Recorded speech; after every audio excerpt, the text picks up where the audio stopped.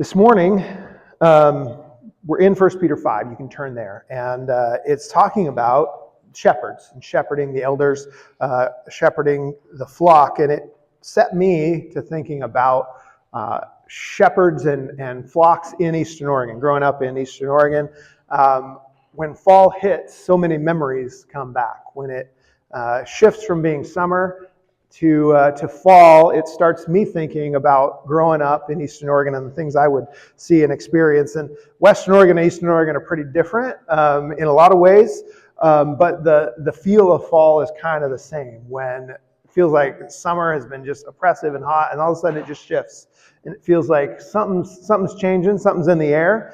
And when that change happens in Eastern Oregon, you start to see the cows being brought down out of the hills. But there's also this phenomenon that you'd see occasionally where the shepherds start bringing the sheep down out of the hills. And Eastern Oregon, especially in Harney County and Grant County, there's a lot of cattle. That's really the focus.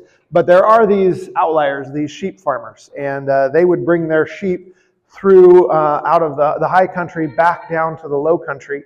And there's a lot of history, and I won't go into all of it, but there was these cattle wars and sheep wars where the Basque, who came from the Spain area, came over and settled, and they had sheep, and then there was a lot of cattle farmers or cattle ranchers, and they had cows, and there was actually literally kind of a war, a small war, where people were shot, and animals were shot back in the 1800s, and it was kind of a crazy thing, and the cattle ranchers won. And so there's very few sheep farmers in Eastern Oregon, but there are the occasional sheep farmers that you'll see. And it was kind of a weird thing, because you see cows all the time, but when you saw sheep, you'd be like, what is going on here? And they were kind of odd guys.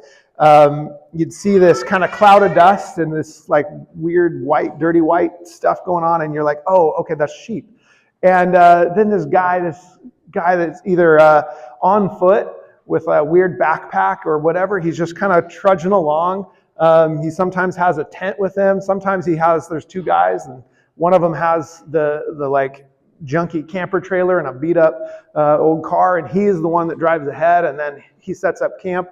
And then the one other guy who led the sheep down to that place then sleeps, and then he leads the sheep on, and he'll drive it down. They kind of just leapfrog over each other. But it's an odd phenomenon, and you understand how these guys took their entire life and devoted them to these sheep. Cows, when it comes to spring, about April, the ranchers will just open the gates and basically say, go get the grass. And the cows go up and they do their thing. And then when fall comes, they open the gates, and eventually the cows start coming down. Occasionally have to go up and round them up. But with sheep, you got to be with them all the time, right? Sheep are dumb. Sheep are vulnerable. They are the walking buffet of every animal that wants to eat things. And so you've got to keep an eye on them. And so they are needy creatures. And it sometimes is offensive to us when we read in the scriptures and Jesus calls us sheep. But it really shouldn't, because we understand that we are like sheep. And when he talks about us as sheep, what he really is emphasizing is that he is the shepherd. But when we think of sheep, we understand, and I remember it very clearly, just seeing these guys moving their sheep from the green grass up high down to water hole, leapfrogging, taking their little cars down and figuring out a way to get their sheep from one place to another.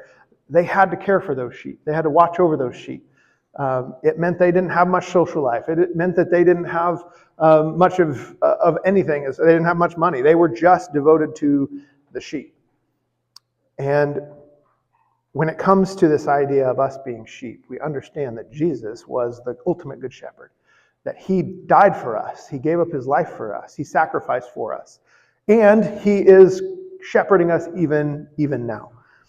And so this morning we're talking about this idea of him being the head shepherd, but also the fact that he has appointed shepherds over the top of us or among us as sheep shepherds. So he's going to be talking about elders with the understanding that the elders are also sheep. So let's read here in verse 1. This is what he says. So I exhort the elders among you, as a fellow elder and a witness of the sufferings of Christ, as well as a partaker in the glory that's going to be revealed, shepherd the flock of God that's among you, exercising oversight, not under compulsion, but willingly, as God would have you, not for shameful gain, but eagerly, not domineering over those in your charge, but being examples to the flock. And when the chief shepherd appears, you'll receive the unfading crown of glory.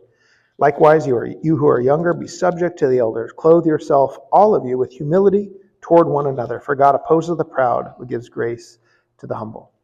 Okay, so we have this 5-verse section that Peter is saying, hey, here's what's going on. We have persecution, and you're needing to stand up under that. You're wanting to draw near to God. You're wanting to push through the sufferings. Keep your eyes fixed on Christ. And in that, we have the structure of the church. And he says, I exhort the elders among you. And so for us, we understand in our church structure, we try to imitate and emulate what is in the scriptures. We have an elder board whose job it is to care for the flock. And so we have 5 elders, Josh, myself, Randy, Bill, and Dan. And those are the elders of the church. And our job is to help be the under-shepherds of the church. But we also understand that we are not above the church, but we are sheep shepherds, right? We are in the midst of the flock with the rest of the sheep, because we too need a shepherd. We need the head shepherd, the lead shepherd. And so Paul is saying, or Peter is saying, the elders among you, I exhort you to do these things.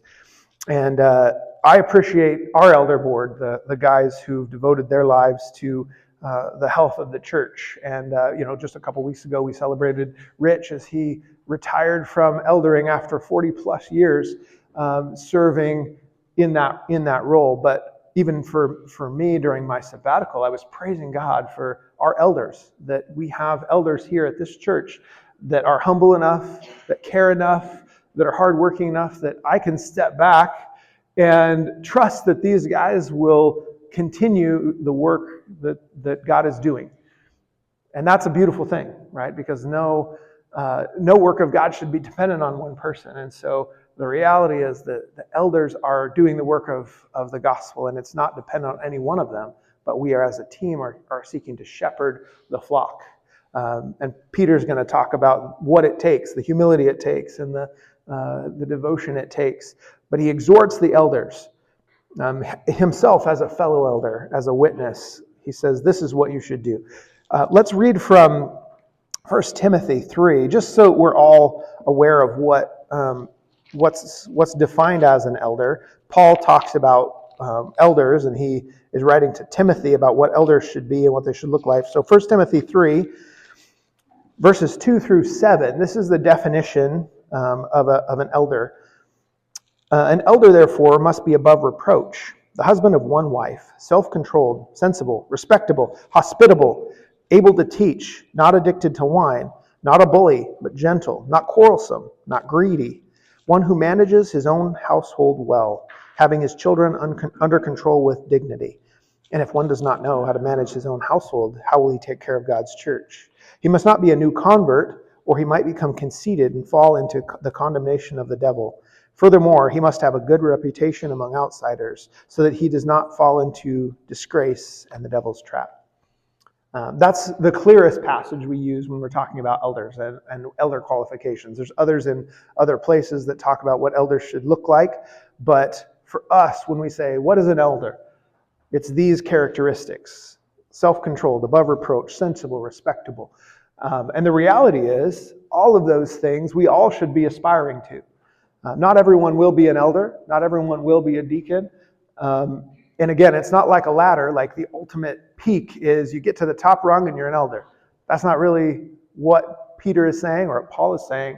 He's saying some people have been called to different roles. But we all should aspire to be above reproach and self-controlled and sensible, not addicted to wine or any other addictive thing, not a bully, but gentle, right? We understand we all should be aspiring to this in whatever role we're in, whatever season of life we're in. And Peter is exhorting those who are elders specifically, but shepherds in general, to shepherd well. So we understand that Peter is talking to the elders, but also all those who shepherd. So consider the people who may not be elders, but have a shepherding role. So we understand what shepherding is, right? It's caring for the flock, caring for those who are next to you and under your care or alongside of you. Who has a shepherding role in the church besides the elders? Well, I think of parents, right? Parents, in many ways, are shepherding their children.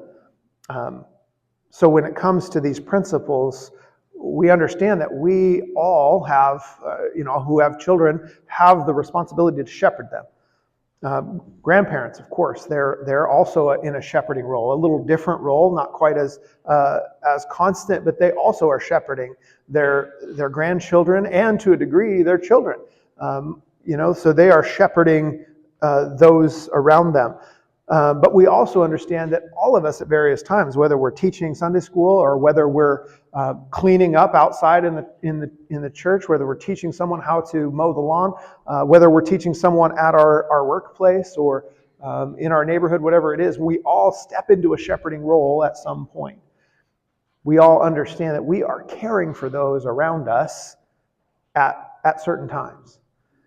And so when Peter is saying, shepherd well, shepherd with care, this is applying specifically to the elders of the church, but it's applying to anyone who has a shepherding role, even if it's only for a small section of your life. But many of us have shepherding roles in many different places. Peter's emphasizing the importance of character that supports the responsibilities of shepherding. He's less about what you're teaching and more about who you are.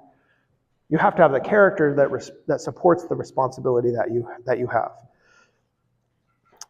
So whether you're shepherding in the church as an elder, or whether you're shepherding a child as a parent, or somewhere in between, you are called to live out this passage here in Peter. So he calls the elders and the shepherds to shepherd the flock of God that is among you. Shepherd the flock of God that is among you. So he calls those who are in that role to lean into it. Sometimes it can be scary to take on a leadership role. I don't know if you've ever been in a spot where you are maybe by default the leader. Maybe you have the most experience, leading this event, or taking on this team, or taking on this project, whether it's at work or at school or in sports or something. You kind of are the default leader. It can be a frightening thing. It can be a nerve-wracking thing. Some people love it, and other people are like, who can I hand this off to, right? Because it's a lot of stress. But Peter is saying, when you are in that shepherding role, lean into it, step into it, because that's what God has called you to. Shepherd well. Don't try to pass it off to someone else. But also don't take it lightly. Live in the character that you're called to live in. So Peter says, I exhort the elders among you as a fellow elder and a witness of the sufferings of Christ, as well as a partaker of the glory that's going to be revealed. So Peter, as he talks about eldering, he describes himself having seen Christ's sufferings, personal eyewitness of Christ. We sometimes forget that Peter, this is the same Peter that was next to Jesus, right? That denied Jesus 3 times, that then was restored. This is the same Peter. He was with Jesus, but he also has his eyes on the coming glory of Christ, on the coming restoration of all things. His focus keeps him grounded. And we never really see him flaunting this fact like, oh, I was an eyewitness. I was next to Jesus. He doesn't name drop here and say, hey, I have more authority. He talks about humility about himself too, and he's pointing not to himself, but to Christ. He has his eyes on the glory of Christ. His focus on the eternal keeps him grounded. It says we're partakers in that glory. Partakers in the future glory, but also partakers now. We are representatives. We're builders of the kingdom. We are lights as shepherds and as sheep. So he says, to the elders, the shepherds, of which he is one, to those who are in shepherding role, verse 2, shepherd the flock of God that's among you, exercising oversight. So he says, take on that role, lead, be a shepherd, be a good shepherd. And then he defines how we are to lead. And he uses parallelism. So we've talked in the past about parallelism, where in Hebrew scriptures especially, and Peter is very Hebrew in how he writes the book of 1 Peter, he'll say a positive and a negative sometimes. You'll see it in Psalms, you'll see it especially in Proverbs, where you have antithetical parallelism. You have two things that are opposite, saying the same thing, but in two different ways. So an example would be, here he says, you're supposed to shepherd in these ways, not under compulsion, but willingly. So he's saying the same thing twice. He's saying it negatively and then positively. Don't shepherd under obligation, but shepherd willingly. And so he's saying to us, whoever is in a shepherding role, your attitude toward shepherding, toward leading, toward caring for those around you, those who need your care, whether it's teaching or guiding, discerning, discipling, do that not under compulsion, but willingly. Be willing to step into that as God would have you. And then he gives another modifier. He says, not for shameful gain, but eagerly. So he also calls us to not look at shepherding and say, what will I get out of this? And we sometimes when we hear the word gain, we think money. And that's one piece. Yeah, we definitely don't want to try to shepherd or lead people so that we get financial gain. But there's other ways we can get gain by shepherding or by leading, right? We can gain power, we can gain prestige, or we can gain affirmation. So even if you as a parent are parenting, he says, don't parent just because you have to. Parent willingly, right? Parent joyfully, right? You have your kids and you're stuck. It's one way to look at it. Be like, well, I got these kids. I guess I'm the one that has to raise them.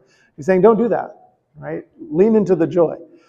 And we understand that. And it might be days when we feel like that, but hopefully for most of us, those days are few and far between. Most of the time, we love parenting. But he's saying, check your attitude. Don't just say, well, I'm stuck with this. Parent willingly as God would have you. But also don't shepherd, whether you're an elder or a parent or a teacher, don't shepherd for gain. If you're parenting, you're almost never going to parent for money, right? If you're parenting for money, you pick the wrong job because you're not going to make much money. It's the opposite, right? So we understand that that's not really the warning here.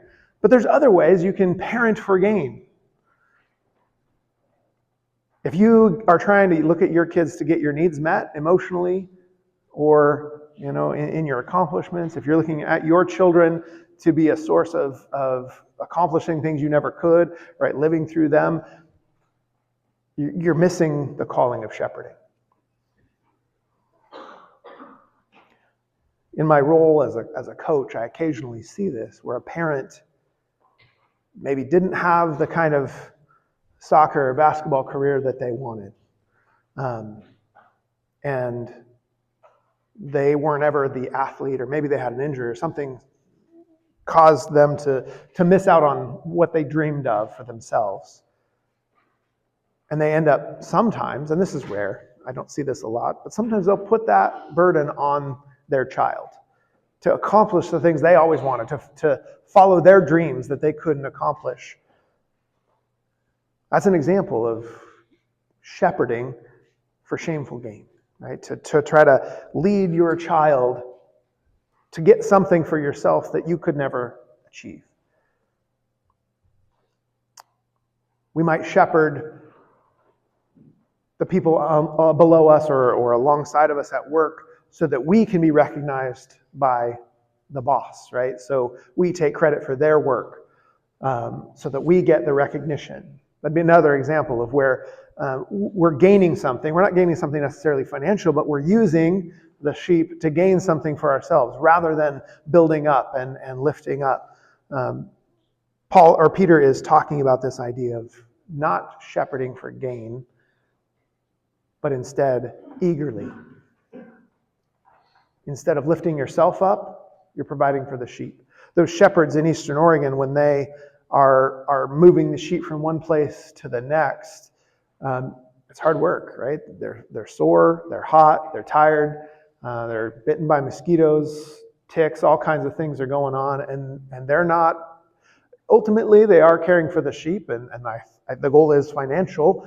They're trying to make a living, but it's not great money, I'll tell you that, right? They're doing it because they love their sheep, they love their flock. They're sacrificing for the good of the sheep.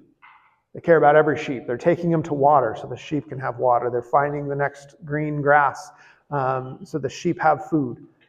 They're watching over them from coyotes and cougars and bears and all the predators because they want those sheep protected.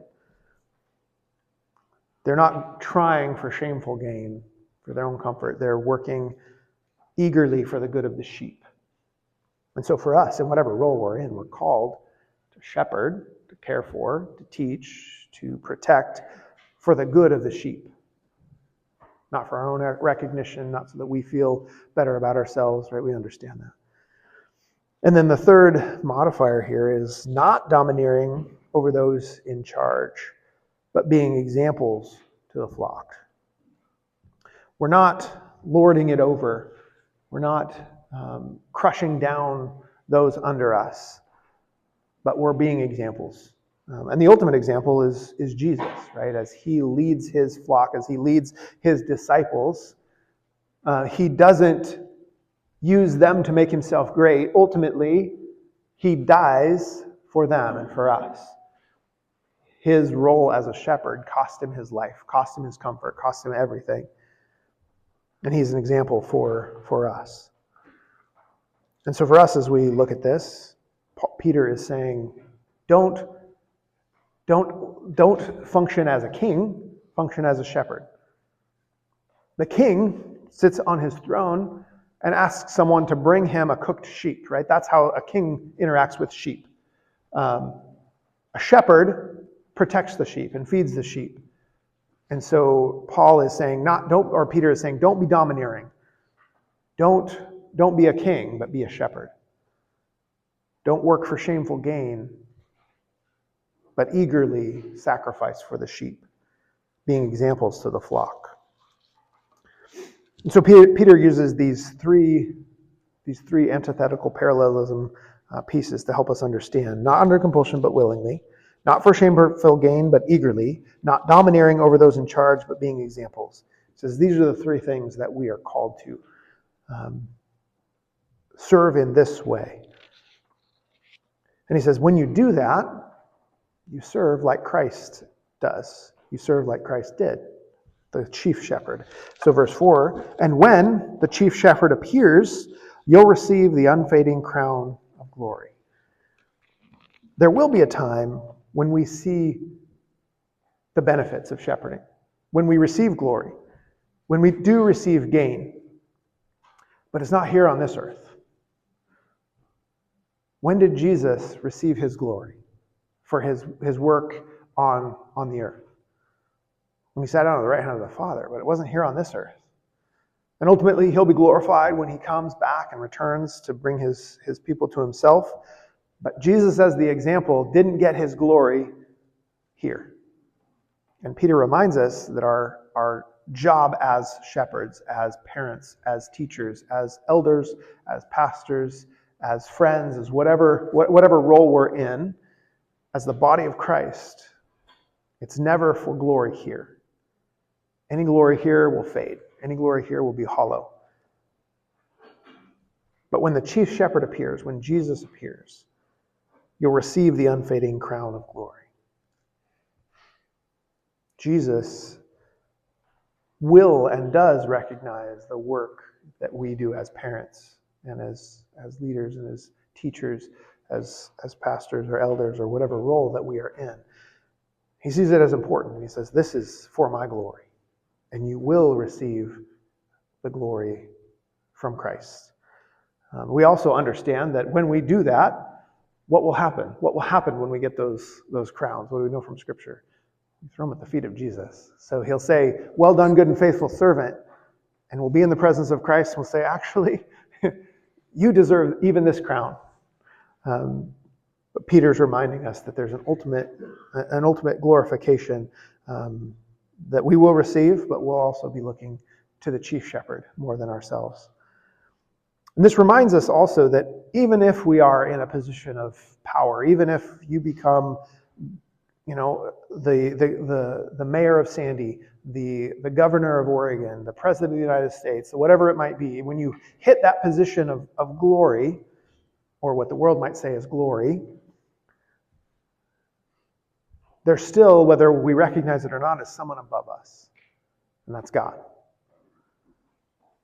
And we know people who hit that, they become the boss of the company, they become, the mayor, whatever it is, they become the boss of something. They're at the top. And some people recognize and realize, oh, I am just a servant. I'm just a sheep that's shepherding other sheep. There's a shepherd over me, and that's God. Others don't recognize that. But what Peter is calling us to is recognizing that whatever role we're in, when we get the power or the glory, that we're just a sheep, that we are called to live like Christ.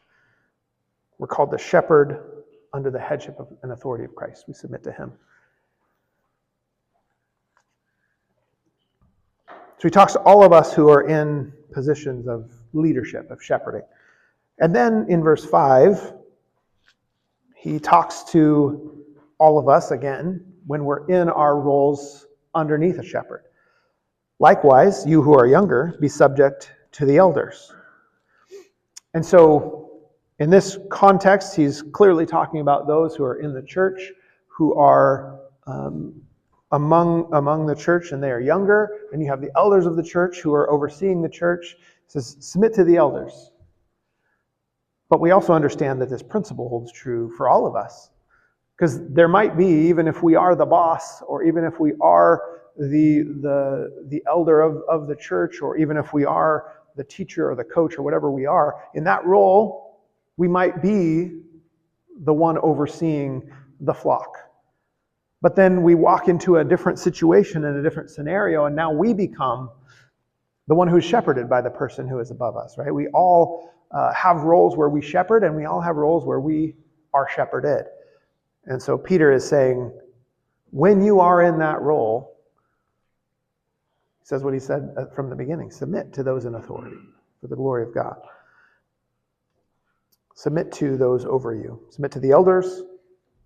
But when you are the one who is in submission, whether at your job or at school or wherever it might be, you are called to submit to that person, that person who's shepherding you. And he says, clothe yourself, all of you, with humility. So the elders, the president, the governor, whatever you are, the parent, all of you who are in authority, and all of you who are in submission, all of you, clothe yourself with humility toward one another. For God opposes the proud, but gives grace to the humble. Choose humility. Choose humility when you are a sheep. Choose humility when you are a shepherd sheep. Choose humility in all positions, in all roles. It can be tricky, right? We understand that when you're in a role of leadership, sometimes people want to lift you up higher than you should be, and pride can be a struggle for those who are in positions of leadership. But Peter is saying, God's opposed to the proud. So even if you are a shepherd or an under shepherd, be humble. Submit to God and submit to one another.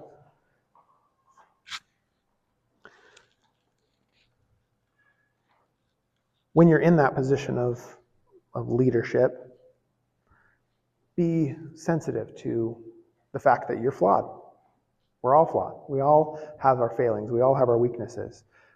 And so none of us are above reproach. None of us are being exhorted or challenged or encouraged to look at ourselves differently. Be humble. I remember there were times, and have been times, when I, as a parent, am parenting and using my authority to kind of lay down the law. And there's these moments when I have to realize whether one of my kids kind of challenges me on something or confronts me and say, hey, you're being really harsh here. I have to realize I have to stay humble, even when I'm in the role of authority. If I lose my humility, then I've really lost the plot, right? So even when we are in that role of under shepherd, we're called to be humble. And when we're in that role of submission, it can sometimes be really hard to submit to leadership, because we don't, as people, like to submit to leadership. Again, it takes humility to submit to leadership in whatever role we find ourselves in. We all must be humble.